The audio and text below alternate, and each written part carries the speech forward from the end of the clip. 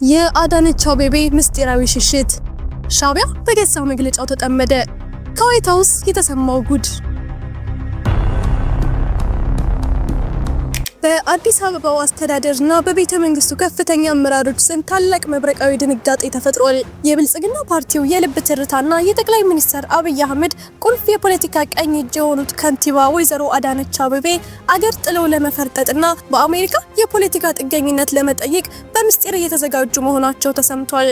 ይህ ያልተጠበቀ ዜና በመንግስት መዋቅር ውስጥ ታላቅ ስንጥቅ መፈጠሩን የሚያሳይ ሲሆን መላውን ህዝብ ወደ ያሰኘውንና ከፍተኛ ድንጋጤ የፈጠረውን ይህን ጉዳይ በስርስር እናስደምጣችኋለን።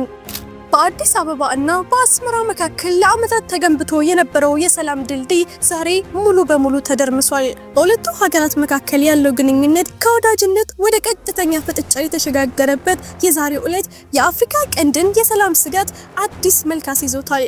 ሻዕቢያ የሚያወጣቸው እርስ በርስ የሚጋጩ መግለጫዎችና የኢትዮጵያ መንግስት እየወሰዳቸው ያሉት ዲፕሎማሲያዊ እርምጃዎች ቀጠናውን ወደማይታወቅ አቅጣጫ እየገፉት ይገኛሉ። ይህም ሌላኛው አበይት ጉዳያችን ነው። በሌላ ዜና የአባይ ጉዳይ ከዲፕሎማሲው መንደር ወጥቶ ዋይት ሃውስ ደርሷል። ፕሬዝዳንት ትራምፕ በዳቮስ በሰጡት ድንገተኛ መግለጫ የህዳሴውን ግድብ ጉዳይ አደገኛ ሁኔታ ሲሉ አጥቁረዋል። በግብጽ ስጋትና በኢትዮጵያ ጽናት መካከል የቆሙት ትራምፕ ዓለምን ግራ ባጋባ አነጋገር ግድቡ ትልቅ ችግር ነው ሲሉ ጣልቃ የመግባት ፍላጎታቸውን በይፋ አውጀዋል። ዝርዝር ዘገባውን ይዘናል። አብራችሁን ቆዩ። ሰላም ውድ ቤተሰቦች እንደምን አላችሁ? ይህ ዜና ላፍታ ነው። ቪዲዮውን ላይክ በማድረግ ይጀምሩ እያልን ወደ ዝርዝር ዜናዎች አለፍን። የአዳነች አቤቤ ምስጢራዊ ሽሽት፣ በአሜሪካ ጥገኝነት ለመጠየቅ የታቀደው ሴራ። በአገሪቱ ከፍተኛ የፖለቲካ ማማ ላይ እንደ መብረቅ የተከሰከሰና መላውን የኢትዮጵያ ሕዝብ በአንዴ ጉድ ያሰኘ እጅግ አስደንጋጭ መረጃ በአሁኑ ሰዓት ደርሶናል። ለጠቅላይ ሚኒስትር አብይ አህመድ እጅግ ቅርብና ታማኝ ናቸው የሚባሉት የአዲስ አበባ ከንቲባ ወይዘሮ አዳነች አቤቤ ሀገር ጥለው ለመውጣትና በአሜሪካ የፖለቲካ ጥገኝነት ለመጠየቅ እያሰቡ መሆኑ ተሰምቷል። ይህ ያልተጠበቀ መረጃ በመንግስት መዋቅር ውስጥ ከፍተኛ ድንጋጤና መረባበሽ የፈጠረ ሲሆን ታማኟ ከንቲባ አዳነች አቤቤ ለምን እንዲህ አይነቱን ውሳኔ ለማሳለፍ ተገደዱ የሚለው ጥያቄ በየመድረኩ ዋናው መነጋገሪያ አጀንዳ ሆኗል። እንደ መረጃ ምንጮቻችን ጥቆማ ከንቲባዋ በአሁኑ ወቅት በአካል አገር ውስጥ ቢገኙም በምስጢር ግን ከአገር ወጥተው አሜሪካ ለመግባትና ጥገኝነት ለመጠየቅ የሚያስችሏቸውን ቅድመ ሁኔታዎች እያመቻቹ መሆናቸው ታውቋል። ይህን ዜና ይበልጥ አነጋጋሪ የሚያደርገው ወይዘሮ አዳነች አቤቤ ከጠቅላይ ሚኒስትሩ ጋር ያላቸውን የቆየ የፖለቲካ ቁርኝትና በብልጽግና ፓርቲ ውስጥ ያላቸውን ከፍተኛ ተሰሚነት ወደ ጎን በመተው ይህን የከረረ ውሳኔ ለማሳለፍ ማቀዳቸው ነው። በውስጥ መረጃዎች መሰረት ከንቲባዋ ከቅርብ ጊዜ ወዲህ በመንግስት ከፍተኛ አመራሮች መካከል እየተፈጠረ ባለው የውስጥ ሽኩቻ በቡድን የመከፋፈል አዝማሚያና በተለይም በአዲስ አበባ አስተዳደር ዙሪያ በሚነሱ ግዙፍ የፖለቲካ ጫናዎች ምክንያት በከፍተኛ ስጋትና ውጥረት ውስጥ እንደሚገኙ ይነገራል። ከዚህ በተጨማሪ በሀገሪቱ እየተባባሰ የመጣው የኢኮኖሚ ውድቀትና የከተማዋን ነዋሪዎች ቅሬታ ተከትሎ በመንግስት ላይ እየተሰነዘረ ያለው ተቃውሞ ለወደፊት የፖለቲካ ህልውናቸው ዋስትና እንደማይኖራቸው ስላመኑበት ሁኔታዎች ሳይባባሱ አስቀድመው ከሀገር ለመውጣት እያሰቡ መሆኑን የቅርብ ምንጮች ይጠቁማሉ። ወይዘሮ አዳነች አቤቤ ይህንን ሀሳባቸውን ለማሳካት የሚጠቀሙበት ስልት እጅግ ረቂቅና ለመንግስት የደህንነት መዋቅር ሳይታወቅ እንዲከናወን በከፍተኛ ጥንቃቄ እየሰሩበት ሲሆን የመዳረሻው አቅጣጫቸውንም ወደ አሜሪካ ማድረጋቸው ጉዳዩን ዓለም አቀፋዊ የፖለቲካ ይዘት እንዲኖረው አድርጎታል። በዋሽንግተን ዲሲ ከሚገኙ የቅርብ ሰዎች በተገኘ መረጃ መሰረት ከንቲባዋ በመንግስት ውስጥ ስላሉ ምስጢራዊ ውሳኔዎችና ስለ አጠቃላይ ያስተዳደሩ ድክመቶች መረጃዎችን ይዘው በመውጣት በምዕራባውያን ዘንድ ተቀባይነትን ለማግኘትና አስተማማኝ ጥገኝነት ለመጠየቅ እያቀዱ እንደሆነ የሚነገራል። ይህ መረጃ በመንግስት ደጋፊዎች ዘንድ እንደ ትልቅ ስጋትና ሊመጣ ያለ የክህደት ምልክት እየተቆጠረ ሲሆን፣ በተቃራኒው ደግሞ ከመርከቧ ላይ ቀድሞ ለመውጣት ማሰብ የመጪው ጊዜ መከፋፈል ማሳያ ነው በሚል በተቃዋሚ ወገኖች ዘንድ ትልቅ ትኩረት አግኝቷል። በአሁኑ ሰዓት ከንቲባ አዳነች አቤቤ በስራ ገበታቸው ላይ ቢታዩም ከውስጥ የሚመጡ መረጃዎች ግን ሀሳባቸውና ዝግጅታቸው ሁሉ ከሀገር ለመውጣትና ራሳቸውን ለማዳን እንደሆነ እያረጋገጡ ነው። የዚች ከፍተኛ ባለስልጣን ከሀገር ለመውጣት ማሰብ በብልጽግና ፓርቲ ውስጥ ያለውን መከፋፈይ በግልጽ የሚያሳይና ወደፊትም ሌሎች መሰል ከፍተኛ ባለስልጣናት ተመሳሳይ እርምጃ ሊወስዱ እንደሚችሉ ትልቅ ማሳያ ተደርጎ ተወስዷል። እርሱም በዚህ መረጃ ላይ ያሉትን ማንኛውም ሀሳብና አስተያየት በኮሜንት ሴክሽን ላይ እንዲያጋሩን እየጋበዝን አሁን በቀጥታ ወደ ቀጣዩ ዜና እንለፍ። የሻዕቢያ የጭንቅ መግለጫና በአፍሪካ ቀንድ ላይ ያነጣጠረ የጦርነት ደመና።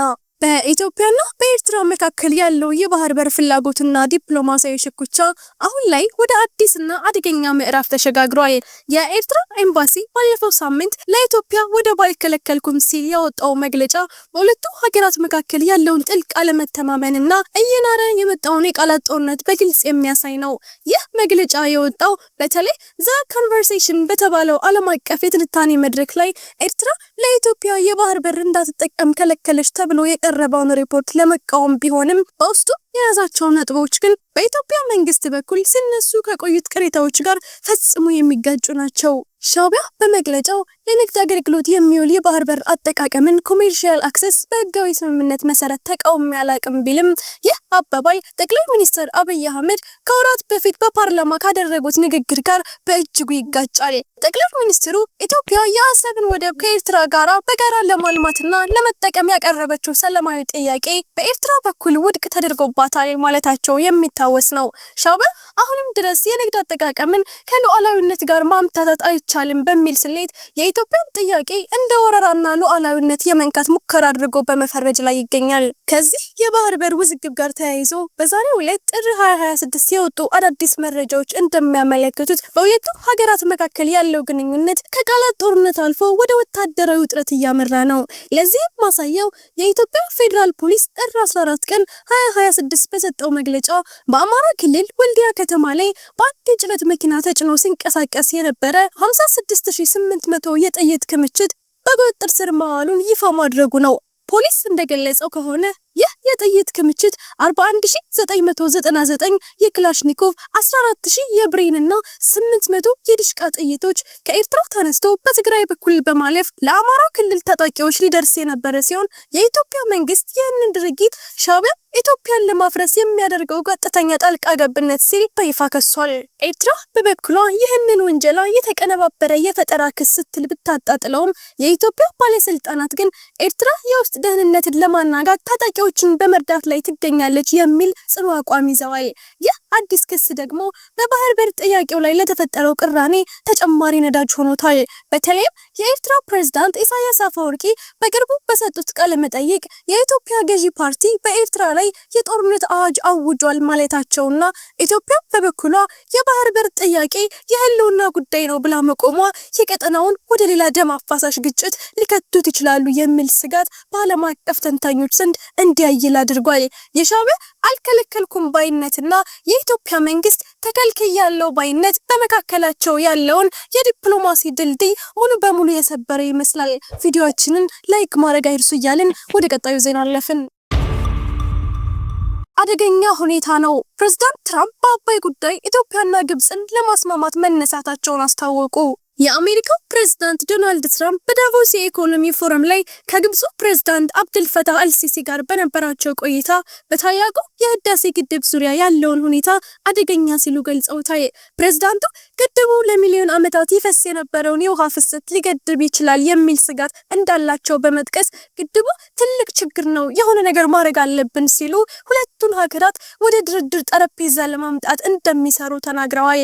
ትራምፕ ለፕሬዝዳንት አልሲሲ ያላቸውን አድናቆት ከመግለጻቸውም በላይ የኢትዮጵያ መሪም ጠንካራ መሆናቸውን እንደሰሙ በመጥቀስ ሁለቱን ወገኖች አቀራርበው ስምምነት ላይ ለመድረስ እንደሚሞክሩ አስታውቀዋል። አሜሪካ ለግብጽ ደህንነት ካላት ቁርጠኝነት የተነሳ ድርድሩን ለማስጀመር ፍላጎት እንዳላት ቀደም ብሎ በደብዳቤ ቢገለጽም የኢትዮጵያ መንግስት ግን በፕሬዝዳንት ትራምፕ አስተያየት ሆነ በአሜሪካ የሽምግልና ጥሪ ላይ እስካሁን የሰጠው ይፋዊ ምላሽ የለም። ውድ የዜና ላፍታ ቤተሰቦች የሰዓቱ መረጃዎቻችን ያዳመጣችሁትን ይመስል ነበር። ስለተከታተላችሁን እያመሰገንን ቻናላችንን ሰብስክራይብ በማድረግ ቤተሰብ እንድትሆኑ እየጋበዝን በዚሁ ተሰናበትን። ጤና ይስጥልን።